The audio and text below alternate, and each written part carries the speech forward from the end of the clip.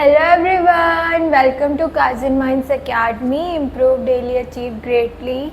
So, class 11 forms of business organisation हम पढ़ रहे थे, जिसमें प्रीवियस क्लास में हमने पार्टनरशिप से रिलेटेड कुछ कंसेप्ट समझे थे, राइट। आज हमें वही कंटिन्यू करके पार्टनरशिप का सेकेंड पार्ट भी कवर करना है। So without any further delay let's begin.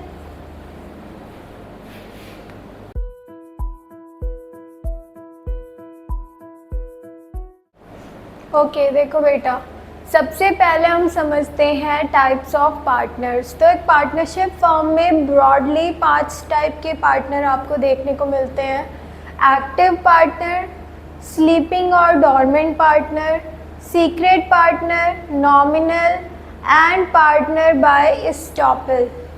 पे अटेंशन बेटा, ये जो दो पार्टनर्स हैं they are not actual partners, ठीक है। ये एक्चुअल पार्टनर नहीं होते फर्म के, फर्म से इनका कुछ लेना देना नहीं होता है, बट इनके कंडक्ट की वजह से, इनके एक्ट की वजह से या फर्म के एक्ट की वजह से ये पार्टनर लगते हैं। अभी समझेंगे।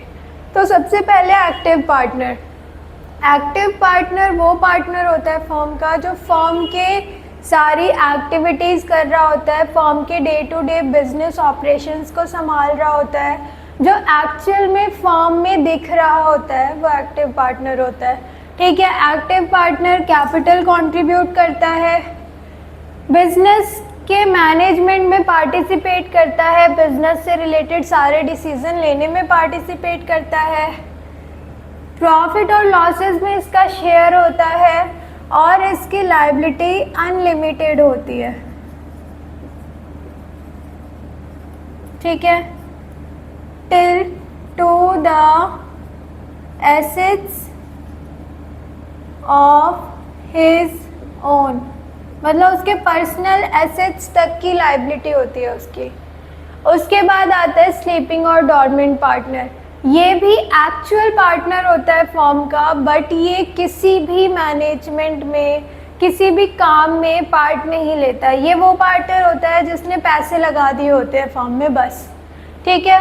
तो partner who do not take part in firms day to day activities, जिससे फर्म को कैसे चलाना है उससे मतलब नहीं है, बस एंड में प्रॉफिट मिल जाएगा कि नहीं उससे मतलब है, ठीक है।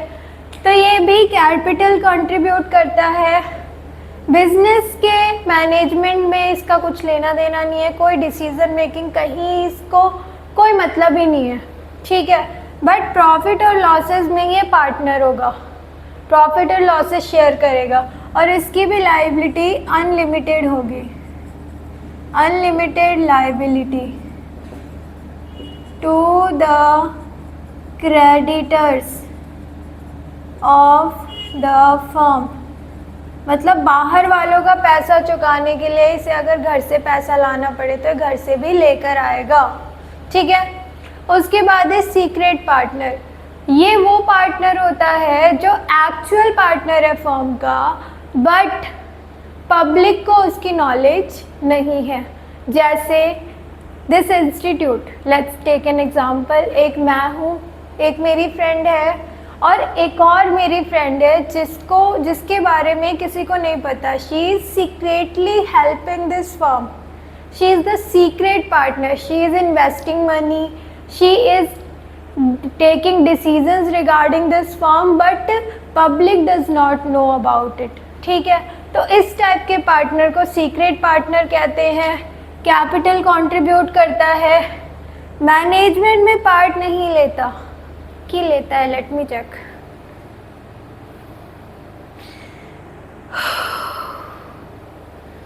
ओके, यहाँ मैं गलत हूँ थोड़ा सा बेटा। मैनेजमेंट में भी पार्ट लेता है वो, क्योंकि पार्टनर को तो पता ही है ना उस पार्टनर के बारे में, ठीक है। प्रॉफिट एंड लॉसेस भी शेयर करेगा और इसकी लायबिलिटी भी अनलिमिटेड ही होगी, ठीक है। उसके बाद आता है नॉमिनल पार्टनर। ये एक्चुअल पार्टनर नहीं होते फर्म के, इनका नाम यूज़ किया जाता है। फॉर एग्ज़ाम्पल जैसे ये इंस्टीट्यूट है, ठीक है, आई एम कोई भी एक अच्छा टीचर ले लो, ठीक है, कोई भी ले लो रैंडम, जो फेमस एजुकेटर्स हैं उनमें से किसी को भी ले लेते। सपोज मैंने नाम लिया, ऐसे मुझे कोई एजुकेटर्स के नाम भी याद नहीं आ रहे, कुछ भी XYZ, जैसे एक्स एक बहुत फेमस एजुकेटर थे, ठीक है, मैंने उनका नाम लेके अपना ये बिजनेस चला रही हूँ कि वो भी यहाँ पर पढ़ाते हैं आके, ठीक है, जिसकी वजह से बच्चे आ रहे हैं। तो जो मिस्टर एक्स हैं जिनका मैंने नाम लिया है, उन्हें पता है कि मैं उनका नाम लेके यहाँ इंस्टीट्यूट चला रही हूँ, ठीक है। अब उन्होंने इस चीज़ को डिनाई भी नहीं किया, उन्होंने मुझे ऑब्जेक्ट भी नहीं किया, मेरे अगेंस्ट कुछ किया ही नहीं, उनको मतलब ही नहीं इस बात से, ठीक है। तो उससे क्या होगा, अब इस इंस्टीट्यूट को चलाने में मैंने उनको अपना एक नॉमिनल पार्टनर बना लिया, ठीक है, partner by name, partner by name, ठीक है। मैंने कहा कि मिस्टर एक्स भी इस फॉर्म के पार्टनर हैं। अब क्या होगा, क्या वो कैपिटल कंट्रीब्यूट करेंगे? नहीं, क्योंकि वो एक्चुअल पार्टनर नहीं है। क्या वो मैनेजमेंट में पार्टिसिपेट लेंगे? नहीं, क्योंकि वो एक्चुअल पार्टनर नहीं है। क्या वो प्रॉफिट एंड लॉस शेयर करेंगे? बिल्कुल भी नहीं। क्या पता मैं उनको थोड़ी रॉयल्टी दे दूँ, मतलब उनको मैं थोड़ी कमीशन या रॉयल्टी दे दूँ ताकि वो और शांत रहे, बट ज़रूरी नहीं है, ठीक है। लायबिलिटी उनकी हाँ रहेगी, लिमिटेड टू द कॉन्ट्रैक्ट लिखेंगे, क्या लिखेंगे, एक मिनट में एग्जैक्ट वर्डिंग लिखवाऊंगी। देखो, लायबिलिटी रहेगी to the third party, limited to the third parties payment of debt. इसका मतलब क्या हुआ कि उनका नाम लेके अगर मैंने कोई डील साइन करी है तो उस डील के कंसिक्वेंसेस वो भी बियर करेंगे, क्योंकि उन्होंने ऑब्जेक्ट नहीं किया, ठीक है। ऐसे समझो कि एक सैलून है या कोई ब्यूटी प्रोडक्ट है, ठीक है, मान लो कोई ब्यूटी प्रोडक्ट है और मैंने क्लेम किया कि Katrina Kaif also uses this beauty product, ठीक है, फॉर एग्जाम्पल। अब क्योंकि जो कैटरीना कैफ के फ़ैन होंगे उनको ये लग रहा होगा कि ठीक है भाई, शी यूजेस तो अच्छा ही होगा, हम भी यूज़ कर लेते हैं, ठीक है। तो उन्होंने इस भरोसे पर उस प्रोडक्ट को यूज़ किया कि कैटरीना कैफ भी यूज़ करती हैं। अब वो प्रोडक्ट अच्छा नहीं निकला, उस प्रोडक्ट से स्किन प्रॉब्लम्स हो गई, तो अब जो कस्टमर थे उन्होंने केस कर दिया मेरे ऊपर, तो मैं अकेले बियर नहीं करूँगी, she will also bear, because when I took her name she did not objected. समझ में आ रहा है? आया समझ में? ठीक है। तो ये होता है nominal partner. Partner by estoppel इसका उल्टा होता है। वो कौन होते हैं? वो होते हैं, वो अपने आप को खुद से बोलते हैं कि हम इस फर्म के पार्टनर हैं, और फर्म भी डिनाई नहीं करती, ठीक है। अगेन, क्या वो कैपिटल कंट्रीब्यूट करेंगे? नहीं। क्या वो मैनेजमेंट में पार्ट लेंगे? बिल्कुल नहीं। क्या वो प्रॉफिट लॉस शेयर करेंगे? नहीं। पर क्या उनकी लायबिलिटी है? हाँ, limited to the third parties payment of debt, ठीक है। इसका एक एग्जांपल लेते हैं कि मिस्टर ए जो थे, मिस्टर ए और बी, ये दोनों पार्टनर थे एक फर्म के, ठीक है, पार्टनर्स हैं।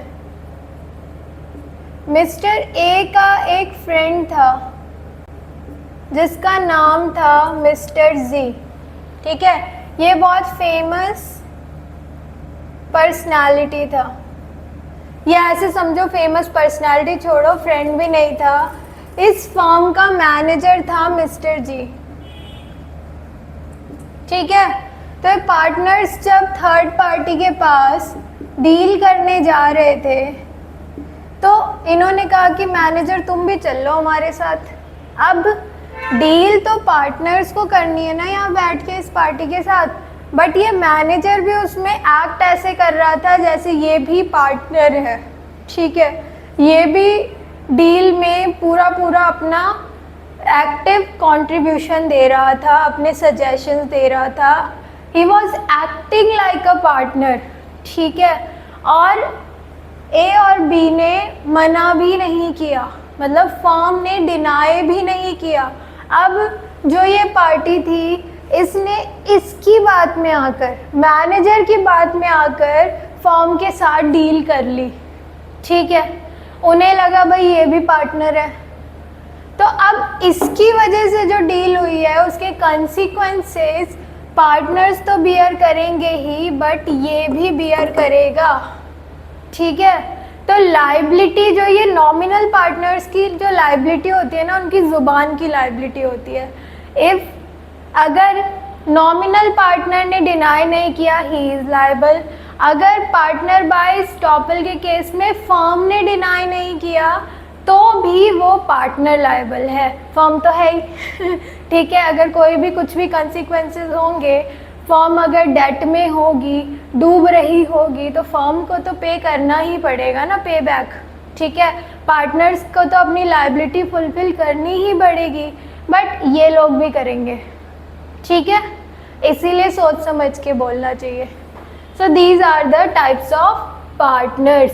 अगर आप चाहो तो इसका स्क्रीनशॉट ले सकते हो, otherwise you can always find it in your book, ठीक है। चलो नेक्स्ट करते हैं।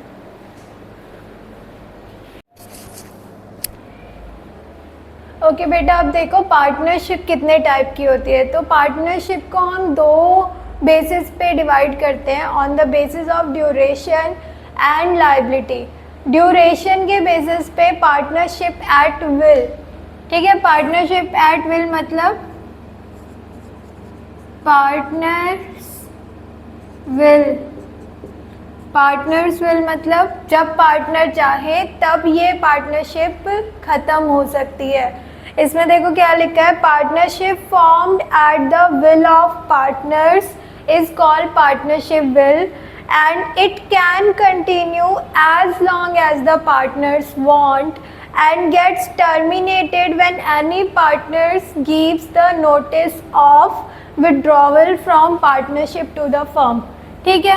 तो पार्टनर्स की विल पे डिपेंड करता है, as long as partners want, ठीक है। देन है particular partnership. This kind of partnership is based on some task to do, means अब ये जो पार्टनरशिप है ये बनी किसी रीज़न की वजह से, जैसे कोई प्रोजेक्ट है, उसकी ड्यूरेशन ही इस पार्टनरशिप की ड्यूरेशन होती है। जैसे अगर एक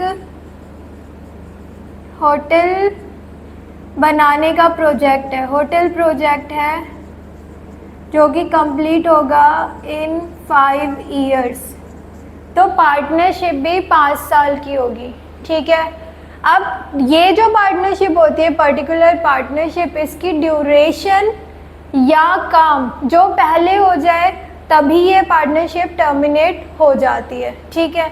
देखो इसके लिए क्या लिखा है, partnership form for the accomplishment of a particular project, से कंस्ट्रक्शन ऑफ बिल्डिंग हो गया आपका, कोई एक्टिविटी या किसी स्पेसिफिक टाइम पीरियड के लिए जो पार्टनरशिप करी जाती है उसे पर्टिकुलर पार्टनरशिप कहते हैं। It dissolves automatically when the purpose for which it was formed is fulfilled और when the time of duration expires, दोनों में से जो पहले हो जाए। उसके बाद नेक्स्ट है आपकी general partnership on the basis of liability. तो इस केस में the liability of partners, all partners is unlimited, और किसी पार्टनर के आने, रिटायर होने या डेथ होने से ये पार्टनरशिप ख़त्म नहीं होती। But in case of limited partnership at least one partner has a limited liability। ठीक है, अब जनरल पार्टनरशिप में all partners participate in management.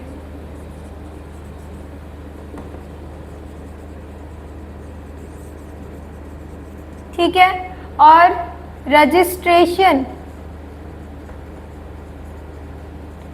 Is not compulsory, या ऐसे लिखो इज वॉलेंट्री।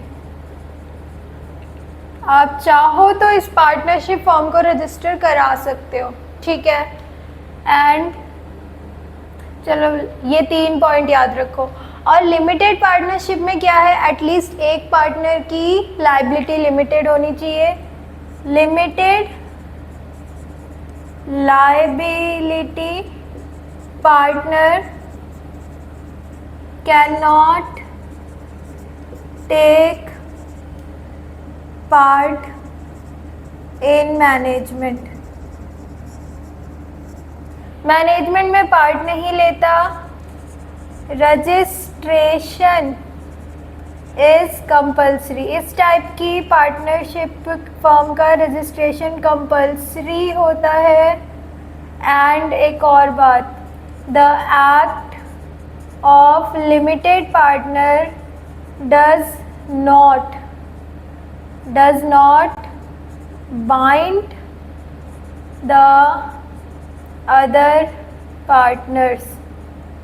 ठीक है, तो इस केस में क्या है, अब लिमिटेड लाइबिलिटी पार्टनरशिप में क्या है कि एटलीस्ट एक पार्टनर की लाइबिलिटी लिमिटेड होगी। लिमिटेड लाइबिलिटी जिस पार्टनर की है वो मैनेजमेंट का पार्ट नहीं बनेगा। पता नहीं, डिस्क्रिमिनेशन। ठीक है, रजिस्ट्रेशन कंपल्सरी होता है इस टाइप की पार्टनरशिप का। ये पार्टनरशिप आपकी आती है लिमिटेड लाइबिलिटी पार्टनरशिप एक्ट 2008 में। ठीक है, इसमें रजिस्ट्रेशन होता है इसका। और इसमें जो लिमिटेड पार्टनर है उसके एक्ट का कंसिक्वेंस सिर्फ वही बियर करेगा, अदर पार्टनर्स नहीं करेंगे। ठीक है, समझ आ गया। मैं इन दोनों का जो डिफरेंस है इसके बाद मैं उसका स्क्रीनशॉट शेयर कर देती हूँ, आप उसमें से समझ लेना। ठीक है, उसका स्क्रीनशॉट लेके रख लेना। ठीक है, तो यही है। इसके बाद हमें लास्ट करना है पार्टनरशिप डीड, वो देख लेते हैं। छोटा सा टॉपिक है। ओके, सो नेक्स्ट टॉपिक है हमारा पार्टनरशिप। हाँ, partnership deed. So what is a partnership deed? Partnership deed, partnership deed, it is a legal written agreement of a partnership which includes all the relevant details of the partnership। ये relevant details क्या होती है बेटा? As you know, partnership को register करना is not compulsory. ठीक है, but अगर आप पार्टनरशिप को रजिस्टर करना चाहते हो तो you should have the written agreement, क्योंकि जो ये एग्रीमेंट होता है ना पार्टनर्स के बीच में, ओरल भी हो सकता है, रिटन भी हो सकता है। बट रिटन एग्रीमेंट होने के ना कुछ पर्क्स हैं जो ओरल एग्रीमेंट होने की वजह से नहीं मिल पाते। ठीक है, तो जो लीगल रिटन एग्रीमेंट होता है पार्टनरशिप का, उसे हम पार्टनरशिप डीड बोलते हैं। ठीक है, अब ये जो पार्टनरशिप डीड है इसमें आता क्या क्या है? Clauses of partnership deed. तो देखो बेटा, पार्टनरशिप डीड में नेम आता है फर्म का, then name of the firm, of the partners, business, location, type of business, ठीक है, प्रॉफिट शेयरिंग कैसे होगा, पार्टनर को जो पर्क्स मिलेंगे या नहीं, ठीक है, ये सारी चीज़ें। अगर कोई नया पार्टनर एडमिट होता है तो क्या पॉलिसीज़ होंगी, डेथ के केस में क्या चीज़ें होंगी, डिसोल्यूशन के केस में क्या चीज़ें होंगी। तो ये सारी की सारी इंफॉर्मेशन जिस डॉक्यूमेंट में लिखी होती है उसे हम पार्टनरशिप डीड कहते हैं।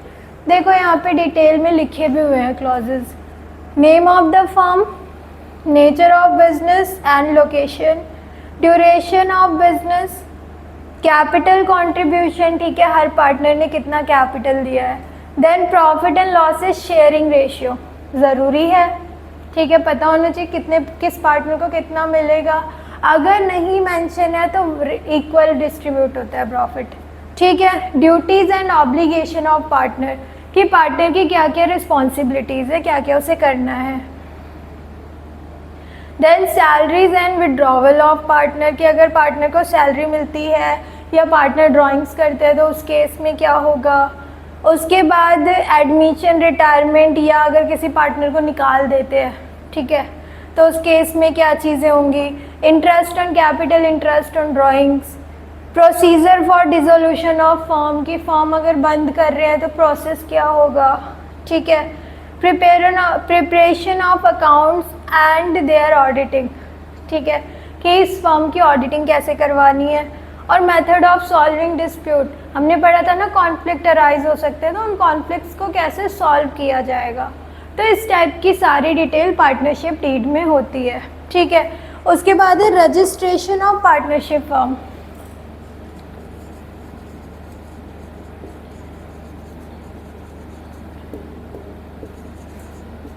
पार्टनरशिप फर्म, तो रजिस्ट्रेशन का मतलब हुआ बेटा to register the name and business, to register the firm's name and relevant information at the registrar of companies। अब आप सोच रहे हो यहाँ तो कंपनी आ गया, पार्टनरशिप से क्या लेना देना है। तो ये जो रजिस्ट्रार होता है ना, इसको रजिस्ट्रार ऑफ कंपनीज बोलते हैं। ये एक पर्टिकुलर प्लेस, एक पर्टिकुलर डेजिग्नेशन होती है जहाँ पर जाकर आप अपने बिजनेस को रजिस्टर कराते हो, ठीक है। रजिस्टर कराने का सबसे बड़ा बेनिफिट क्या होगा, ठीक है। जैसे आपने अपने बिजनेस का नाम रख दिया नेस्ले एंड को, ठीक है, अपनी पार्टनरशिप का नाम रख दिया Nestle and co, but you already know that there is a Nestle company, पहले से ही नेस्ले कंपनी एग्जिस्ट करती है, यू नो दैट, राइट। तो क्या आप वो नाम रख सकते हो, बट अगर उस कंपनी ने रजिस्टर नहीं कराया होता और तब आपने नाम रख के आपने रजिस्टर करा दिया होता, तो वो कंपनी चाहे कितनी भी पुरानी थी, नाम उसे चेंज करना पड़ता, ठीक है। तो रजिस्ट्रेशन का सबसे बड़ा फ़ायदा ये है कि जो नाम आपने अपने बिजनेस का सोचा है, रखा है, वो नाम कोई और नहीं चुरा सकता, ठीक है। काइजन माइंड्स एकेडमी और भी होंगे, ठीक है, बट अगर मैं रजिस्टर करा दूंगी तो it will be my name only, no other academy can name their academy as KMA, okay. So registration के इसके बेनिफिट क्या होते हैं, या यूँ कहूँ कि नॉन रजिस्ट्रेशन के कंसिक्वेंसेस क्या होते हैं। तो देखो, a partner of an unregistered firm can not file a suit. तो यहाँ लिख लो, if a firm is not registered then पहला कैन नॉट फाइल सूट, मतलब केस नहीं कर सकती फिर फर्म किसी पे भी, किसी भी कंडीशन में केस नहीं कर सकती। ठीक है, उसके बाद a firm can not file against the partners. ठीक है, तो बेसिकली देखो, कोई पार्टनर, इसको ऐसे लिखो, can not file suit against any third party, मतलब किसी बाहर के पर्सन पे भी केस नहीं कर सकती और पार्टनर्स पे भी केस नहीं कर सकती। और same applies on partners, partners भी केस फाइल नहीं कर सकते। ठीक है, ये कंसिक्वेंस है नॉन रजिस्ट्रेशन का। ठीक है, अब रजिस्ट्रेशन का प्रोसीजर क्या है? सबसे पहले आप एप्लीकेशन सबमिट करोगे जाके रजिस्ट्रार को। Registration process, application submission. ठीक है, आपको जब अपनी फर्म को रजिस्टर करना है तो आपको एक एप्लीकेशन मिलेगी। उस एप्लीकेशन में नेम और सारी रेलेवेंट डिटेल होगी आपकी फर्म से related, number of partners, name of partners, address of partners, address of firm. ठीक है, और भी जो भी रेलेवेंट इंफॉर्मेशन है वो सारी उसके अंदर होंगी। कैपिटल कितना कंट्रीब्यूट किया है, वो सारी इंफॉर्मेशन उस एप्लीकेशन में होगी। उसे आप सबमिट करोगे रजिस्ट्रार को। ठीक है, सबमिट करने के बाद रजिस्ट्रार ऑफ फर्म्स को सबमिट करोगे। कंपनीज के लिए अलग होता है, sorry my mistake, firms. Registrar of firms को सबमिट करोगे, देन उसके बाद आपको फ़ी डिपॉजिट करनी है, रिक्वायर्ड फ़ी होती होगी, वो फ़ी डिपॉजिट करोगे। और थर्ड पॉइंट क्या है कि सर्टिफिकेट ऑफ रजिस्ट्रेशन आपको मिल जाएगा, जिसके बाद आपकी पार्टनरशिप फर्म एक रजिस्टर्ड फर्म हो जाएगी। ठीक है, अब देखो यहाँ पे 2-3 चीज़ें जो आपको याद रखनी है। पहला, पार्टनरशिप डीड होता क्या है, उसमें क्या आता है। और एक और इम्पॉर्टेंट पॉइंट कि अगर पार्टनरशिप डीड नहीं होगी तो क्या होगा, ये हमेशा याद रखना, नोट डाल के लिख लो। In the absence of partnership deed, the provisions of Indian partnership act 1932 are followed. अगर पार्टनरशिप डीड नहीं बनी होगी तो इंडियन पार्टनरशिप एक्ट के रूल्स फॉलो होते हैं। ठीक है, 2 पॉइंट हो गए। Third point, registration registrar of firms के वहाँ पर होता है। रजिस्ट्रेशन नहीं होगा तो फर्म या पार्टनर्स केस फाइल नहीं कर सकते, लॉ सूट नहीं कर सकते एक दूसरे के ऊपर भी और थर्ड पार्टी के ऊपर भी। फिफ्थ पॉइंट, ठीक है, प्रोसीजर क्या होगा? You have to submit the application, the detailed application to the registrar of firms, deposit the fee and then get the certificate of registration. ठीक है, तो ये आपका लास्ट टॉपिक था पार्टनरशिप का। नेक्स्ट क्लास में हम हिंदू अनडिवाइडेड फैमिली पढ़ेंगे, जॉइंट हिंदू अनडिवाइडेड फैमिली, उससे रिलेटेड चीज़ें पढ़ेंगे। और इस टॉपिक या इससे आगे के किसी भी टॉपिक में कोई भी अगर इशू है आपको, you can drop it in the comment section और you can DM me at KMA Words on Instagram। ठीक है, तो see you in the next class, bye bye.